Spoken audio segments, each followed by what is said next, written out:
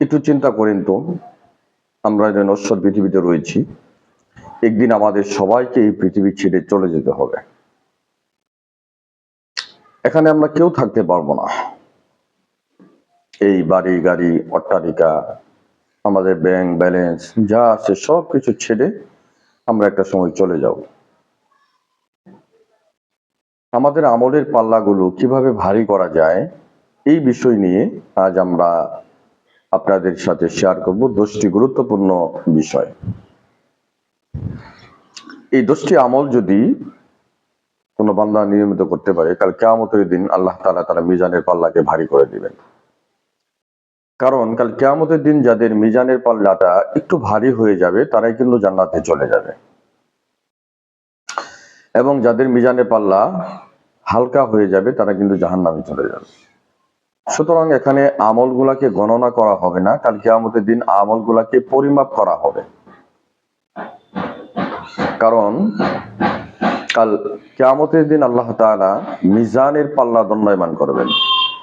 বাবু মাওয়াজিনিল কিসতি ইয়াউমাল কিয়ামাহ। ইমাম বুখারী রাহমাতুল্লাহি আলাইহি, হাদিস জগতের সম্রাট, মুহাদ্দিস শিরোমণি কুনি, এবং এক নামে যাকে সবাই চেনেন, ইমামুল আসার,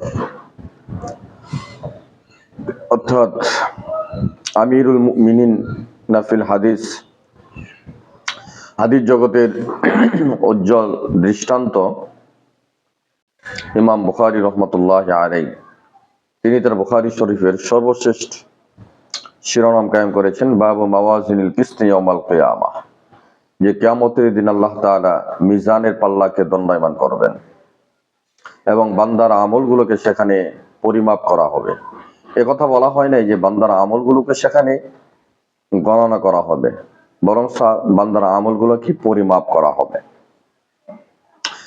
তো এই আমলগুলাকে পরিমাপ করার ক্ষেত্রে যাদের আমলের পাল্লাটা সবচেয়ে বেশি ভারী হয়ে যাবে, তুলনামূলক আমি যদি আপনাদেরকে ফর এক্সাম্পল হিসেবে বলতে যাই, যেমন একজন বান্দার আমল হচ্ছে, আমলের পাল্লা বাম পাশেরটা হচ্ছে 50% বা 49%, আর ডান পাশেরটা হলো 51%। 2% বেড়ে যাওয়ার কারণে বা 1% বেড়ে যাওয়ার কারণে সে কিন্তু জান্নাতে চলে যাবে। এই জন্য আমলের পাল্লা কাল কিয়ামতের দিন কিভাবে ভারী হবে, এমন 10টি আমলের ব্যাপারে আজকে আপনাদের সাথে আমি সংক্ষিপ্তভাবে কোরআন এবং হাদিস থেকে আলোচনা করবো ইনশাআল্লাহ। 1 নাম্বার, আমলের পাল্লা ভারী করার জন্য সবচেয়ে 1 নাম্বার কার্যকরী আমল হচ্ছে হুসনে খলক, উত্তম চরিত্র। কারণ আসকালুল মিজান ইয়াউমাল কিয়ামাহ, অর্থাৎ কিয়ামতের দিন মিজানের পাল্লাকে সবচেয়ে বেশি ভারী করবে হুসনুল খলক, উত্তম চরিত্র। উত্তম চরিত্র কি বলে?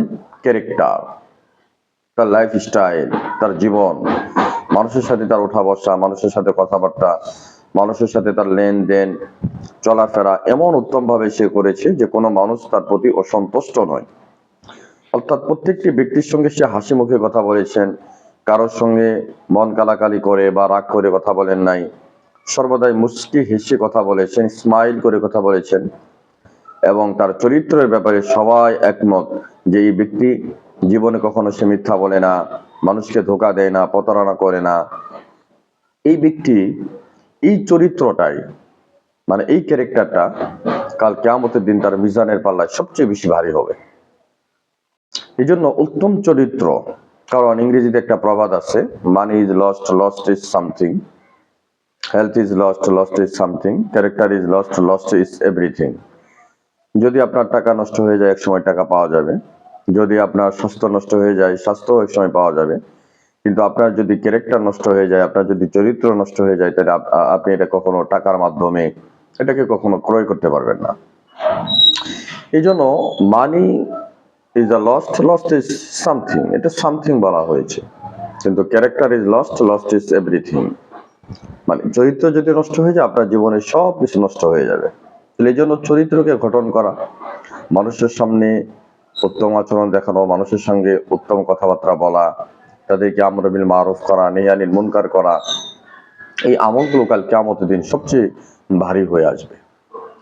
2 নম্বর যে আমলটার কথা আমরা বলবো সেটি হচ্ছে বুখারীর সর্বশেষ হাদিস, আবু হুরায়রা থেকে বর্ণিত আছে, কালিমাতানে হাবিবাতানে খাফিফাতানে আলাল লিসান সাকিলাতানে ফিল মিজান সুবহানাল্লাহি ওয়া বিহামদিহি সুবহানাল্লাহিল আযীম। আল্লাহ রাসূল সাল্লাল্লাহু আলাইহি ওয়াসাল্লাম বলেছেন যে দুইটা কালিমা আল্লাহ তাআলার নিকটে সবচেয়ে বেশি কাল কিয়ামতের দিন ওজনে ভারী হবে, কিন্তু রহমানের নিকটে কালিমা দুটা সবচেয়ে বেশি প্রিয়। সেটা কি? সুবহানাল্লাহি ওয়া বিহামদিহি সুবহানাল্লাহিল আযীম। মুহাদ্দিসিনে কেরাম বলেছেন, মুফাসসিরিনে কেরাম বলেছেন, কোন ব্যক্তি যদি এই কালিমা দুটো পড়ে দৈনিক 100 বার, আল্লাহ তাআলা তাকে মুস্তাজাবুদ দাওয়া হিসেবে কবুল করেন এবং তার জীবনের সব প্রয়োজনগুলোকে আল্লাহ তাআলা পূরণ করে দেন। আল্লাহ তাআলা তার দোয়াগুলোকে কবুল করেন। এটা হচ্ছে 2 নম্বর আমল। এটা কিন্তু একেবারে সংক্ষিপ্ত আমল, এটা চলতে ফিরতে সবসময় করা যায়। সুবহানাল্লাহ, আলহামদুলিল্লাহ, ওয়া লা ইলাহা ইল্লাল্লাহ, আল্লাহু আকবার। 3য় নম্বর যে আমলটার কথা আমরা বলবো সেটি হচ্ছে আলহামদুলিল্লাহ, বেশি করে আল্লাহর প্রশংসা করা। আপনাকে কেউ জিজ্ঞাসা করেছে কেমন আছেন, আপনি প্রত্যুত্তরে বললেন আলহামদুলিল্লাহ। আপনাকে কেউ কোনো বিষয়ে একটা সুসংবাদ দিয়েছেন, আপনি সঙ্গে সঙ্গে বললেন আলহামদুলিল্লাহ। মানে সর্ব অবস্থায় আপনি কষ্ট থাকেন, ভালো থাকেন, সুখে থাকেন, সর্ব অবস্থায় যদি আলহামদুলিল্লাহ বলেন, তো এই আলহামদুলিল্লাহ বলার মাধ্যমে আল্লাহ তাআলা কাল কিয়ামতের দিন আপনার মিজানের পাল্লাটাকে ভারী করে দেবেন। কারণ আলহামদুলিল্লাহ এটা এমন কালিমা, তামলা আনিল মিজান, অর্থাৎ মিজানের পাল্লাটাকে এটা ভারী করে দেয়। এই জন্য বেশি বেশি আলহামদুলিল্লাহ পড়া, আল্লাহ শুকরিয়া আদায় করা। কারণ শুকরিয়া আদায় করলে আল্লাহ তাআলা তার নিয়ামতকে বাড়িয়ে দেন। কোরআনের মধ্যে আল্লাহ তাআলা বলেছেন, ওয়া ইন তাদু নি'মাতান ফালা তাহসুহা, যে বান্দা আমি তোমাদেরকে যে নিয়ামত দিয়েছি সেই নিয়ামতগুলো তোমরা কখনো গণনা করে শেষ করতে পারবে না। সুতরাং আল্লাহর দেওয়া নিয়ামত খাওয়ার পরে তোমরা আল্লাহর ব্যাপারে বেশি প্রশংসা করো, তার গ্রেটফুল হও, তার আনগ্রেটফুল হও না। এটা হচ্ছে 3 নম্বর আমল। 4 নম্বর আমল হচ্ছে যে মানুষ যখন মারা যাবে তার জানাজায় অংশগ্রহণ করা।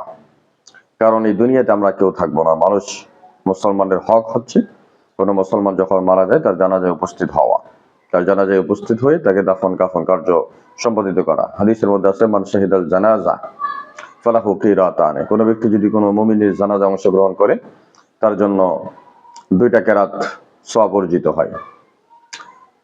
অর্থাৎ জানাজা পড়েছেন, এরপরে সুন্নাহ তুদফিন, অর্থাৎ দাফন পর্যন্ত অপেক্ষা করেছেন, তার জন্য কেরাত 2 কেরাত। তো সাহাবায়ে কেরাম জিজ্ঞাসা করলেন, মানিল কিরাত? ক্বালা আল কিরাতানে আযীমাতুন, যে এক একটা কিরাত হলো বিশাল বড় পাহাড়ের মতো।